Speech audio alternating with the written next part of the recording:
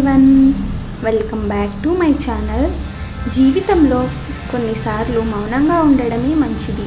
ఎందుకంటే మనం మౌనం కూడా శక్తివంతమైన వ్యక్తీకరణ కాబట్టి. కొన్నిసార్లు వ్యర్థమైన చర్చలు అనవసరం అనిపించి కూడా మనం మౌనంగా ఉండిపోతాము. కొందరుంటారు, ఎప్పుడూ లొడలొడ మాట్లాడుతూ ఉంటారు. అలా ఎప్పుడూ మాట్లాడే వారి మాటలకు విలువ ఉండదు. వారిని అస్సలు పట్టించుకోరు.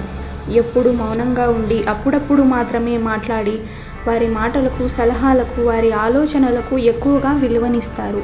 మనం ఎంత మౌనంగా ఉంటే మనకు అంత విలువ ఉంటుంది. ఎప్పుడు ఎలా మాట్లాడాలో తెలిసిన వారికి సక్సెస్ అవ్వకోకుండా ఎవ్వరూ ఆపలేరు. ఒక్కసారి నోటి నుండి విడిచిన మాట మీ బలం కావచ్చు, బలహీనత కావచ్చు, అది మీ వివేకంపై ఆధారపడి ఉంటుంది.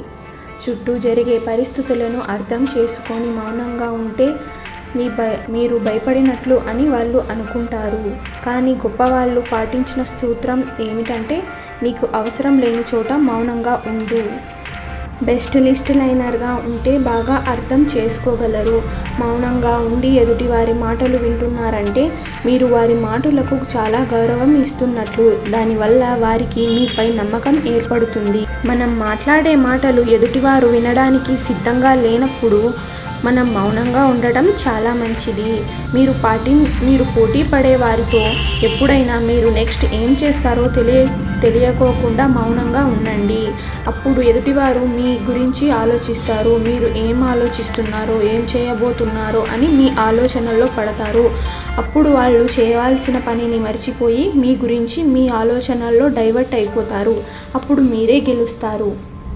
మీరు మాట్లాడే ముందు మీ మాట విలువైనదా, చెప్పే విషయం ఇప్పుడు అవసరమా, ప్రయోజనం ఏంటి దీనివల్ల, వీటికి సమాధానం మీరు మౌనంగా ఉంటేనే ఆలోచించగలరు. దీనివల్ల మీ మాటకు విలువ పెరుగుతుంది.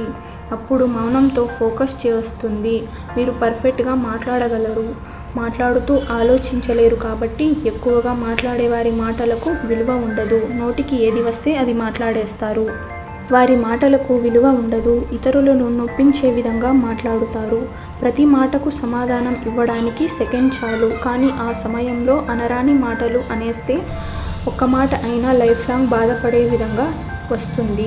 కోపంలో జారిన మాటలు వెనక్కి తీసుకోవడం చాలా కష్టం. మీరు మాట్లాడేది తప్పు అని వారికి చెప్పవలసిన అవసరం మీకు లేదని మీకు అనిపించవచ్చు. ఎందుకంటే మీరేమిటో మీకు తెలుసు కాబట్టి. పక్కన వాళ్లకు తెలియాల్సిన అవసరం లేదని మీరు అనుకుంటారు. ఎందుకంటే వారికి మెచ్యూరిటీ లెవెల్స్ అయి ఉండొచ్చు.